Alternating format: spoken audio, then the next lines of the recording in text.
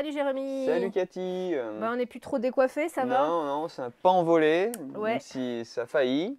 C'était une semaine compliquée entre un jour férié et une tempête. On en a un peu bavé. Voilà, ouais. Et, Enfin, une bonne tempête. Ouais. On va remercier les livreurs qui ont tout fait pour nous livrer au mieux pour Et cette puis, fin de semaine. Et, pour ceux qui n'en ont pas pu, on ne vous en veut pas, ne vous inquiétez Non. pas. On ne signalera pas les pas gros qu'il yeux. manque encore les colis Asmodée cette Ouais, semaine. mais bon, là, je pense qu'il y a circonstances atténuantes. Ouais. Bon, allez, petite revue de presse de la semaine. Petite revue de presse de la semaine. On commence, parce que on les aime, par les tout petits. Donc, non, je voulais commencer par la chasse aux œufs.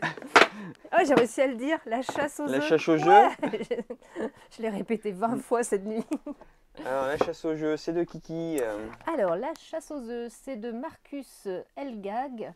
Et c'est aux illustrations de Marine Cazot. Voilà, donc c'est Alors, on est sur un petit jeu d'observation. Hop, vous remarquerez le plateau Ça, à double sens avec 2 niveaux de difficulté. Les petits ici, on va faire niveau petit nous. Ouais, niveau petit. Et puis l'autre côté à partir de 8 ans. Voilà. Donc c'est un petit jeu d'observation.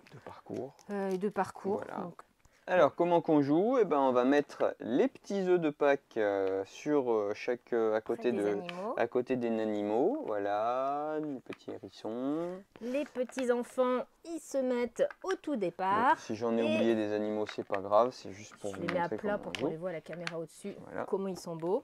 Et youpi, chasse aux œufs. Et voilà. Et donc, à chacun de notre tour, au début d'un tour, on va tirer une carte. Et là, c'est à la rapidité. C'est à la rapidité, c'est à l'observation, puisqu'il va falloir qu'on arrive à trouver secrètement, il ne faut pas dire où est-ce qu'il est, on observe, on essaye de trouver l'œuf.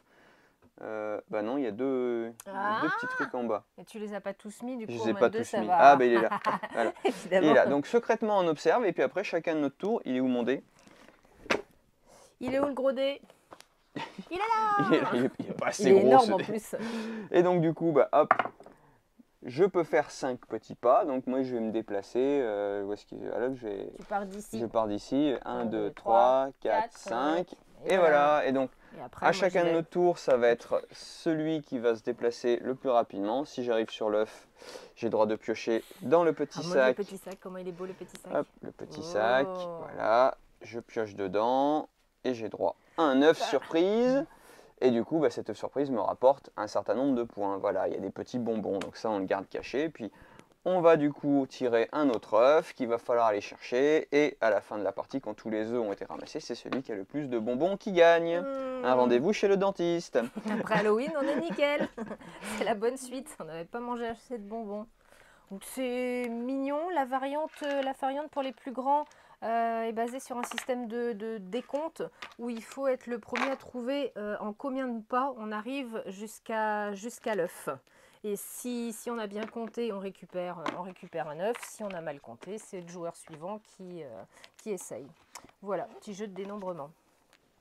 La chasse aux œufs. Voilà. Et je l'ai encore dit bien. Ouais. Il manque la règle. On grimpe.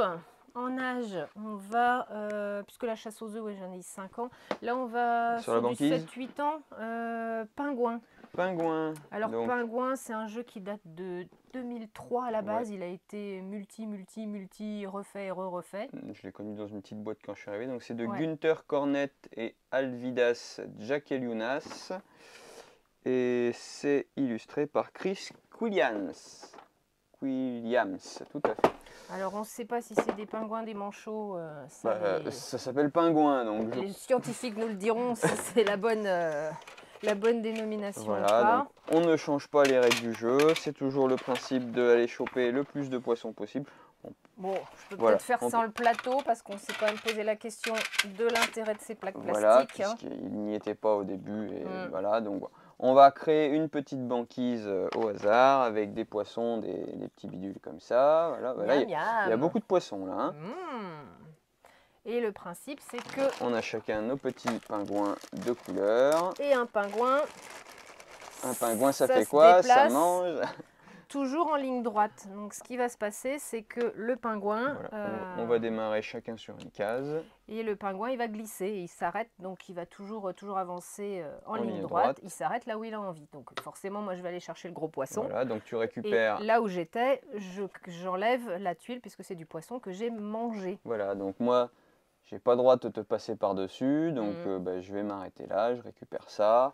Et donc, bon an, mal an, on va se déplacer, on va créer des trous dans la banquise. Parce que si, voilà. si je fais ça, par exemple, hop, je prends celui-là, et toi, eh ben, t'es coincé. Bah non, je peux venir là. Oui, mais t'as plus que ça, parce que voilà, moi, je vais me réserver toute cette zone de après, poisson. Après, je fais ça et je suis coincé. Et donc, voilà, donc quand on ne peut plus déplacer son pingouin, on récupère son pingouin avec la case sur laquelle on était. Et le jeu se termine quand tous les pingouins ne peuvent plus se déplacer. On compte celui qui a le plus de poissons. Celui qui a le plus de poissons a gagné. Voilà, donc joli jeu de placement, de stratégie. Ça reste une super valeur sûre ce jeu. Il est rigolo, mais j'aime bien les petites figurines, de petits pingouins. Ils ont mis le paquet là sur les figurines. Moi, ces plaques-là qui n'ont pas de réelle utilité. Mais sauf avec les petits, c'est plus facile de voir ce qu'on a enlevé, les trous qui se font quand on pousse les tuiles. Prendre la tuile et ne pas pousser tout le reste. Ça. Voilà. Ouais, avec les enfants, ça sera peut-être plus simple. Voilà, c'était Pingouin. Eh ben, on ne change pas une équipe qui gagne encore, hein, parce qu'après 2003 et Pingouin, maintenant on va en 2020 avec la gamme Similo. Donc ça fait 3 ans qu'elle a été créée, cette gamme. Donc vous la connaissez, c'est moi qui l'ai. C'est toi qui l'as. Et le petit dernier de la gamme qui vient d'arriver, donc c'est le Seigneur des Anneaux. Je te laisse les montrer parce que je fais de nul sur les personnages. Similo, toujours la même mécanique de jeu. Hein, c'est 12 cartes sur la 12 table. Cartes sur la table. J'en ai tiré une au début, c'est celle que je dois vous faire deviner. Et non, après... tu choisis une parmi celles en secret. D'accord, t'en choisis une en secret. Et puis après, avec les cartes que je vais avoir en main, si je la mets droite, c'est qu'il y a des similitudes avec la carte que je dois faire deviner. Si elles sont penchées, c'est qu'il y a des différences. Donc, ça peut être la couleur du fond. Ça peut être, j'estime que c'est un gentil, un méchant. Donc si tu connais assez l'univers du Seigneur des Anneaux, donc pas toi. Voilà. Si je joue avec toi, on va se fier au physique des personnages. Ce sera mieux. Voilà. Et c'est tout ce que chacun va voir dans une image, essayer parce que j'ai pensé que c'était les cheveux ou qu'il était habillé pareil ou parce que le fond de carte, comme je disais, et ça c'est... Quand j'explique aux gens, je dis toujours que le débriefing qu'on ait gagné ou perdu est toujours super intéressant parce qu'on va partager nos idées. Tu avais dit qu'il y avait des similitudes entre ces personnages, mais j'aurais plutôt dit qu'ils étaient différents, etc. Comme on a chacun notre façon de penser, donc voilà. Donc il y a toute la trilogie, hein, voilà. On a la carte promo L'œil de Sauron pour les premiers qui viennent l'acheter. C'est toujours illustré, je pense, par Nayad. En tout cas, au niveau du graphisme, ça y ressemble. Et je monte. C'est toujours illustré par Nayad. Merci. Et c'est toujours de Jalmar Hack, Pierre Luca Zizi et Martino Ciacchera. Donc à la base, il y avait les animaux sauvages, les mythes, les contes, les légendes, mythes, histoire, contes, pardon. Et puis ils avaient commencé déjà avec Harry Potter et animaux fantastiques. Voilà. Sachant que les... Oui, on peut faire les fifous et deviner un similo, deviner les personnages d'Harry Potter avec le similo animaux. Bon courage. Peut-être mieux facilement avec animaux fantastiques. Mais ouais. Et voilà, une très jolie collection. Une poule n'a pas grand-chose de fantastique, mais bon. Très jolie collection. Voilà, le petit dernier, en espérant que ça continue, parce que c'est toujours un jeu hyper sympa. Et... intergénérationnel, je voilà. On part au Japon ? On part au Japon. Japon avec... L'île des chats, mais c'est pas le jeu L'île des chats, c'est Nekojima.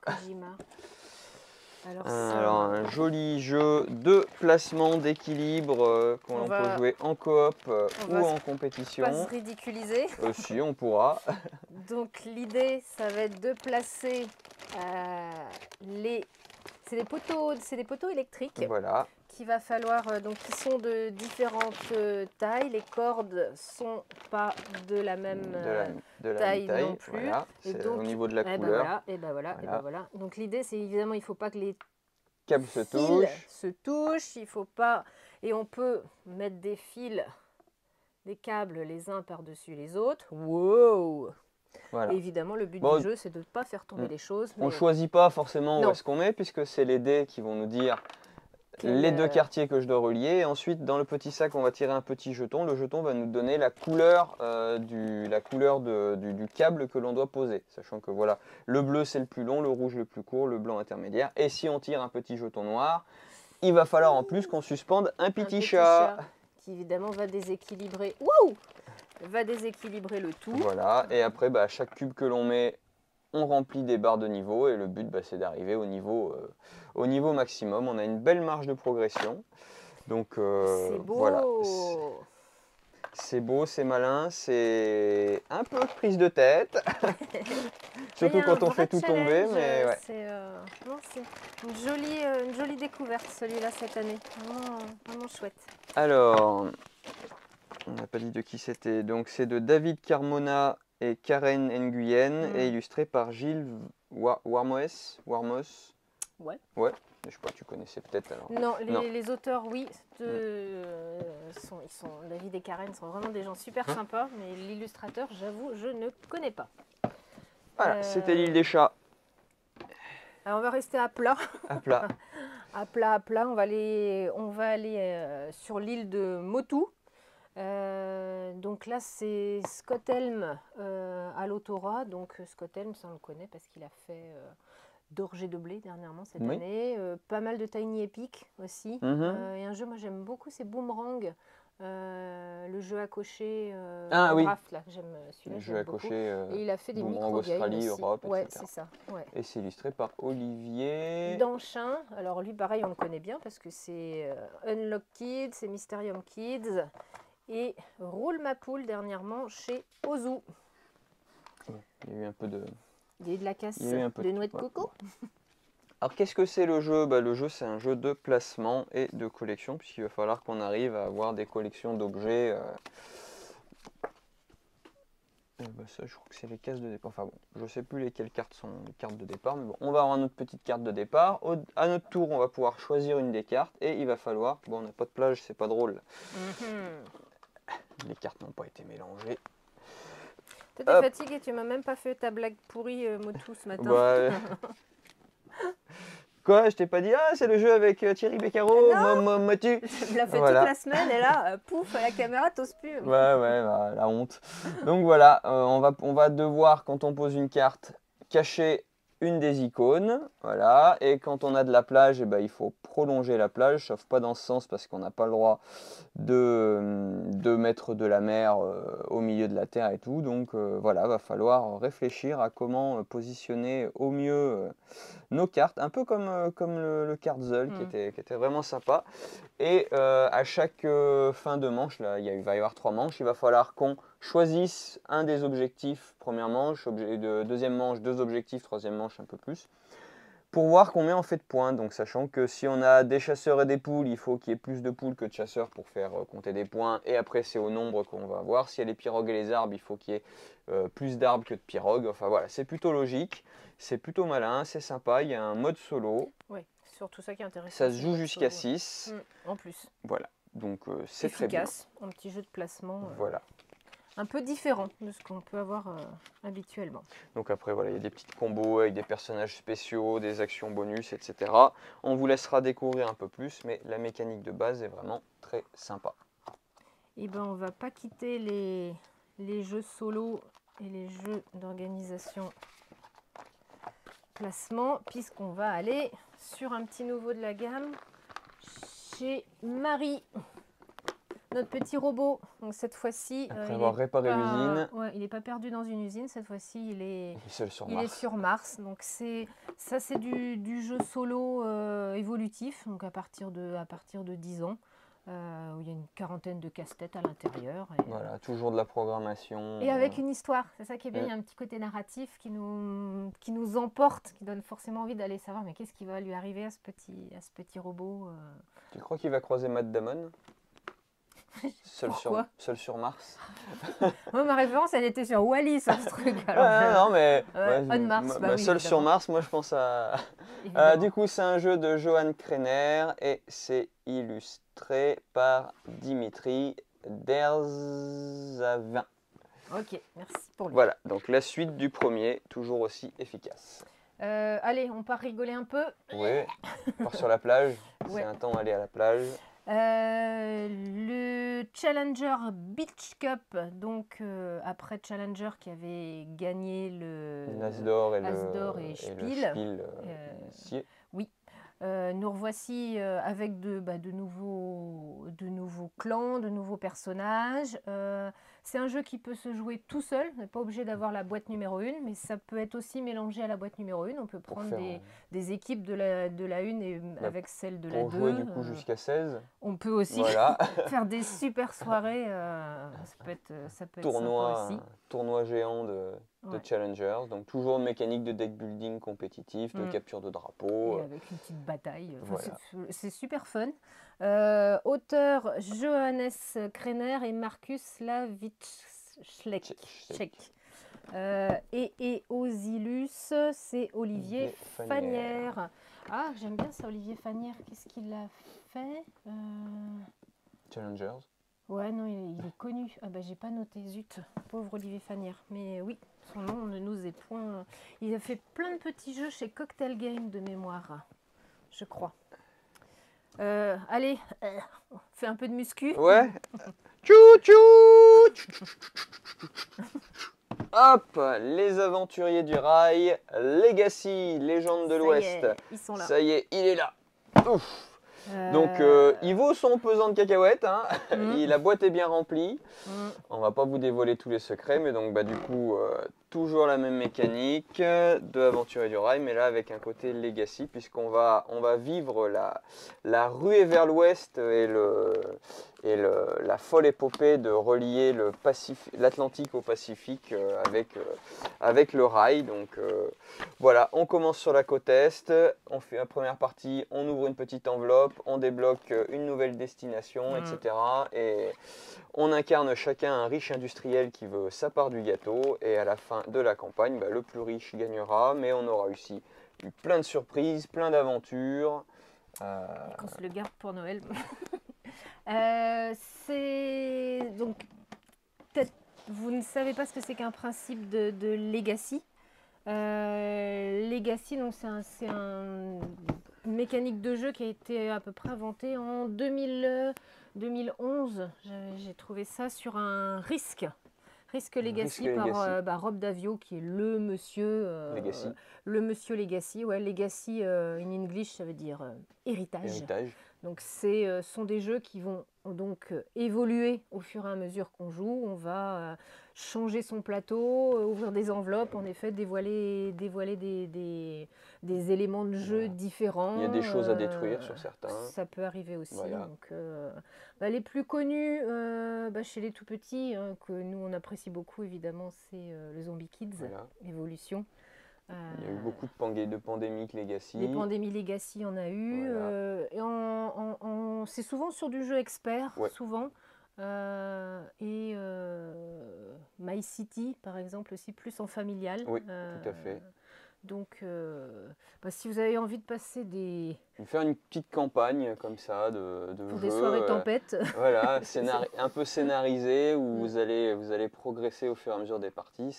Puis l'avantage, c'est que vous savez déjà quasiment jouer, puisque les Aventuriers du Rail, beaucoup de monde connaissent et joue. Donc voilà. Alors du coup, tu avais dit Rock... Du coup, il y a Rob Davio qui est venu se rajouter pour faire le système Legacy. C'est toujours Alan Moon et Matt Leacock pour le jeu de base. Et donc, à l'illustration, Julien Delval. Julien Delval, merci. T'as eu un trou. J'ai eu un trou. Donc voilà, prévoyez un gros sac et des muscles, parce que c'est pas léger. Plus grand chose à dire cette semaine.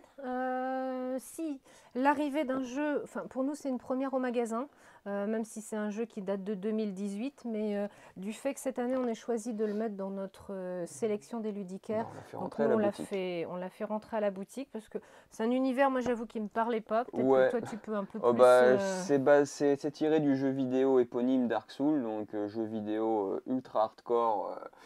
Où on va mourir, encore mourir. Donc c'est de la dark fantasy, donc beaucoup de morts vivants, de monstres, etc.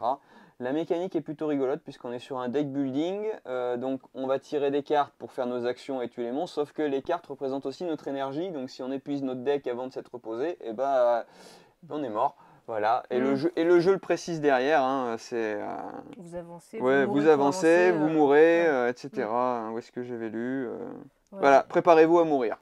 Super. Comme dans le jeu vidéo, quoi. Voilà, ça va être du sang et des larmes, mais si vous aimez ça, ce jeu est fait pour vous. Ouais. Voilà. Et ben voilà, c'était notre petite revue de presse de la semaine. Il y a des retours. Oui, j'avais oublié de dire que Quick s'était revenu. Oui, enfin, après toutes ces aventures. Des mois et des mois et des mois. Ah, il en a vécu des aventures celui-là. Hein. On a fini par recevoir aussi le Terraforming Mars jeu 2D. Voilà. C'était perdu quelque part. Voilà, qui a l'air plutôt pas mal. On n'a pas encore testé, mais voilà, au lieu d'avoir bidouillé plein de petits cubes, c'est une réserve 2D qu'on va avoir. On reste sur du terraforming, après de la combinaison de cartes, mini construction de machines, etc. Mais voilà, toujours, je pense, Jacob Frixelius et Daniel Frixelius seraient-ils frères? Voilà, et à l'illustration. Et puisque c'est Intrafin le distributeur, on a aussi reçu Nucleum, que vous étiez pareil assez nombreux à nous demander et qui viennent d'arriver juste maintenant. Et ben, on se donne le top 10 des ventes. On a encore le temps, il n'y a personne à la porte. Allez. Le top 10 des ventes du mois d'octobre. C'était un mois halloweenesque. Oui. Donc, étonnamment, numéro 10, on est sur le Zombie Kids Evolution. Numéro 9, ça c'est... Bizarrement, je me demande qui l'a vendu celui-là. C'est surtout tous les gens qui... Ah, je l'enfeste, trop bien. Donc l'éditeur, chapeau, hein, fallait oser le coup de bluff, mais le pari est plutôt réussi puisque le jeu était sur la table, il attirait beaucoup de curieux. Et pour qu'il arrive en 9e position alors qu'il est sorti il y a 15 jours, voilà, c'est plutôt que ça a été efficace. J'avoue, je m'y attendais pas et je pensais que c'était un jeu de vieux boomer mal blanc. Donc l'univers est bien. Ils sont nombreux ces gens. Voilà, la mécanique de Rémi et Nathalie fonctionne aussi, donc voilà. Non, très très bien, il plaît vraiment beaucoup. Numéro 8, on est sur un grand classique, That's Not a Hat. Numéro 7, forcément Halloween, donc aussi les loups-garous, mais qui sont toujours, pour se faire une petite soirée, toujours dans un top 10-20 au minimum. En 6, pareil, une belle nouveauté aussi, Sky Team. Pour se faire peur en avion, là. Voilà. Surtout si c'est nous qui pilotons. Numéro 5, un grand classique, aussi le Cracklist, qui sort pas de notre top 10 chaque mois. Hein. Numéro 4, petite boîte aussi, Sea Salt and Pepper. Qui est surtout revenu, donc je pense qu'il y a beaucoup de gens qui l'attendaient. Voilà, numéro 3, mais ça c'est un côté breton sans doute, il y a Mojo d'Anthony Guillain qui va sur la 3e marche du podium directement. Et bon, comme on va pas laisser de suspense, numéro 2, numéro 1. Hein. Numéro 2, Trio, et numéro 1, évidemment, l'indétrônable Skyjo. Voilà.